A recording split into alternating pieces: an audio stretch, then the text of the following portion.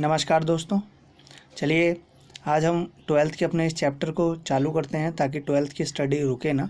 Lockdown हो रखा है, काफ़ी दिन से स्कूल्स बंद हैं, क्लासेस बंद हैं, तो हम उन सबको कवर करने की इस चैप्टर में कोशिश करेंगे। तो चलिए आ जाइए, ट्वेल्थ का पहला चैप्टर पढ़ते हैं। जो भी लोग नए हैं वो चैनल को सब्सक्राइब कर लें ताकि उनको अच्छी से अच्छी वीडियो मिलती रहे और उनका ज्ञान वर्धन होता रहे। तो चलिए, इस नोट्स को मैंने एकलव्य स्टडी सर्कल से डाउनलोड किया है। सत्येंद्र प्रताप सर हैं, एक पढ़ाते हैं और मैं भी अनुसरण करते हुए पढ़ा रहा हूँ। तो चलिए आज हम पहला चैप्टर पढ़ेंगे ट्वेल्थ का, नाम है शीत युद्ध का दौर। अब शीत युद्ध था क्या, पहले उसके बारे में जान लीजिए। जब क्या हुआ, अपना द्वितीय विश्व युद्ध समाप्त हुआ। द्वितीय विश्व युद्ध की समाप्ति के बाद क्या हुआ, द्वितीय विश्व जैसे समाप्त हुआ तो द्वितीय विश्व युद्ध की समाप्ति के बाद यहाँ पर दो व्यवस्थाएं निकलकर सामने आई। एक आई हमारी पूंजीवादी व्यवस्था और एक व्यवस्था आई हमारी साम्यवादी व्यवस्था। क्या आई? साम्यवादी व्यवस्था। ये दो व्यवस्थाएं निकलकर हमारे सामने आई। जब पूंजीवादी व्यवस्था और साम्यवादी व्यवस्था निकलकर सामने आई तो हमने उससे कुछ सीखने का सोचा। तो हमारे सामने वो वर्ड आया, शीत युद्ध। क्या है वो वर्ड? शीत युद्ध है वो वर्ड। और शीत युद्ध होता क्या है, तो चलिए इसके बारे में जानते हैं। और यही हमारे चैप्टर का भी नाम है, पहले पार्ट 1 का, पॉलिटिकल का पार्ट 1, तो उसका नाम भी है शीत युद्ध का दौर। क्या था वो दौर और कैसे उसे सीखना है, उसके बारे में जानते हैं। तो सबसे पहले जानेंगे शीत युद्ध क्या है। शीत युद्ध क्या हुआ, जब दो व्यवस्थाएं सामने आई तो दोनों व्यवस्थाएं आमने सामने आके खड़े हो गई, विश्व में आमने सामने आकर खड़ी हो गई। लेकिन कभी भी इन व्यवस्थाओं ने एक दूसरे को ऐसे सामने रहकर हानि नहीं पहुंचाती, ये दूसरे के माध्यम से लड़ा जाता था। शीत युद्ध को दूसरी भाषा में पर्दे का युद्ध भी कहा जाता है, पर्दे के पीछे वाला युद्ध भी कहा जाता है, क्योंकि इस युद्ध को कभी सामने रहकर नहीं लड़ा गया, इस युद्ध को पीछे से ही लड़ा गया। तो चलिए जानते हैं शीत युद्ध क्या होता है। शीत युद्ध का अर्थ होता है कि जब दो या दो से अधिक देशों के बीच ऐसी स्थिति बन जाए कि लोग युद्ध होकर परंतु वास्तव में कोई युद्ध ना हो, लगे लोगों को लगे कि युद्ध है परंतु कोई युद्ध ना हो, तो ऐसे को हम लोग शीत युद्ध कहते हैं। क्या कहते हैं? ऐसे को शीत युद्ध कहते हैं। इसीलिए मैंने इसका नाम पहले ही दे दिया आपको, पर्दे के पीछे वाला युद्ध। क्या दे दिया नाम? पर्दे के पीछे वाला युद्ध, हमने आपको इसका नाम दे दिया। कारण क्या था पर्दे के पीछे वाला युद्ध देने का? क्योंकि इसमें युद्ध होता नहीं है, उसकी स्थिति उत्पन्न होती है कि युद्ध है। एक्चुअली में उसकी स्थिति उत्पन्न की जाती है कि युद्ध है, युद्ध होता नहीं है।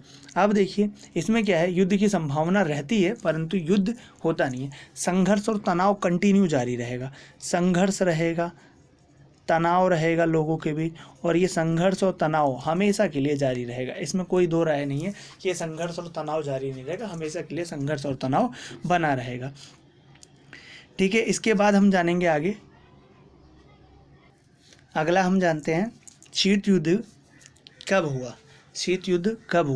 देखिए शीत युद्ध कब हुआ, तो शीत युद्ध को माना जाता है जैसे ही हमारा द्वितीय विश्व युद्ध समाप्त हुआ 1949 से 1990 तक, 1990 के दौर को शीत युद्ध का दौर कहा जाता है। क्या कहा जाता है?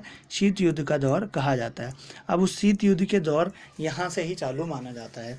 आ जाइए, शीत युद्ध के विचारधारा की लड़ाई से आप क्या समझते हैं? यहाँ क्वेश्चन बनता है, शीत युद्ध आप समझिए, शीत युद्ध की विचारधारा से क्या समझते हैं आप, लड़ाई से आप क्या समझते हैं? तो देखिए इसमें क्या है, अमेरिका और सोवियत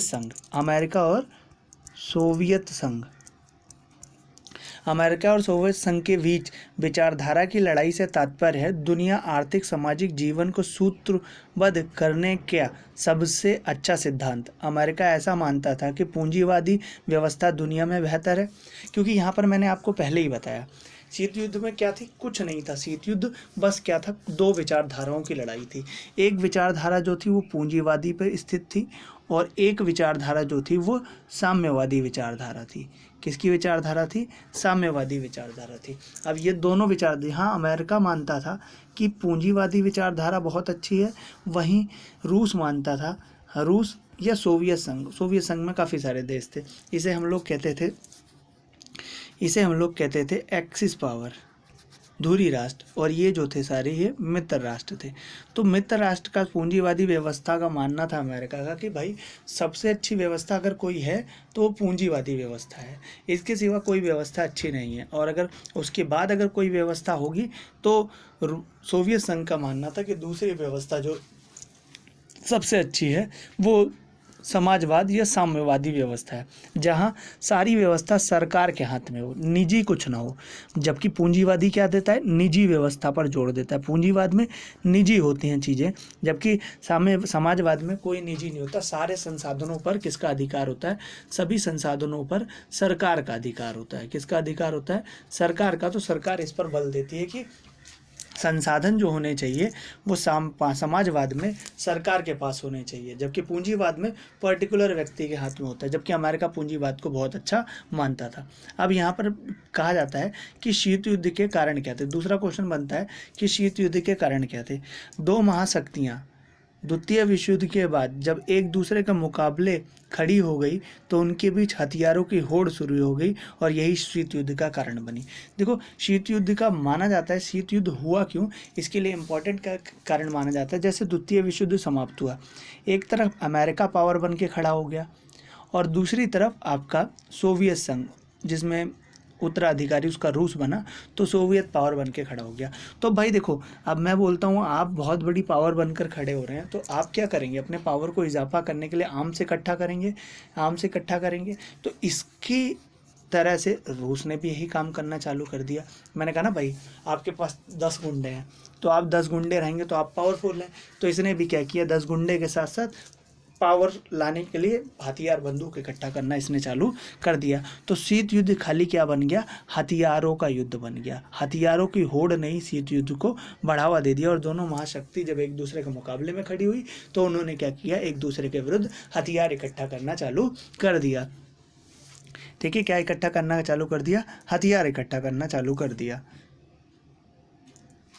अब शीत युद्ध का कारण क्या था, शीत युद्ध का कारण दोनों महाशक्तियों का मुकाबला था। ये आपको पता लग चुका है। शीत युद्ध का कारण था दोनों महाशक्तियों का मुकाबला। किस तरह से दोनों महाशक्तियों ने मुकाबला किया, वही मुकाबला ही शीत युद्ध का क्या बना, कारण बना। और प्रथम और द्वितीय विश्व युद्ध क्यों, कब हुआ था, उसका डेट क्या था, ये वन लीनियर क्वेश्चन आपके आज जो 20 नंबर के बनते हैं वो आस्क करने लगा है। तो वन लीनियर, प्रथम विश्व युद्ध 1914 से 1918 के बीच हुआ था। फिर दूसरा विश्व युद्ध जो हुआ था 1939 से 45 के बीच हुआ था। 1945 के 1945 के बीच हुआ था। इसमें क्या था, इन्हीं प्रथम विश्व युद्ध में और द्वितीय विश्व युद्ध में 2 पावर्स निकलकर सामने आई थी। 2 पावर जो निकलकर सामने आई, एक का नाम पड़ा हमारा मित्र राष्ट्र और एक का धुरी राष्ट्र।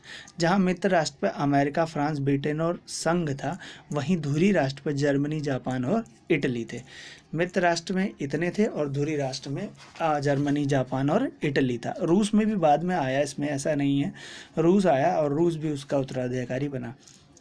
देखो अब क्या हुआ, द्वितीय विश्व युद्ध समाप्त कैसे हुआ, थोड़ा इसके बारे में जान लेते हैं। जब द्वितीय विश्व युद्ध अपनी चरम सीमा पर था ना, जापान ने एकदम प्रकोप सा मचा रखा था, अमेरिका का जीना हराम कर दिया। तो अमेरिका ने अपनी पावर को शो करने के लिए अमेरिका ने 1945 में जापान की 2 सिटियाँ, जो एक का नाम है हिरोशिमा, आपने तो पढ़ा होगा हिरोशिमा, और दूसरा नागासाकी।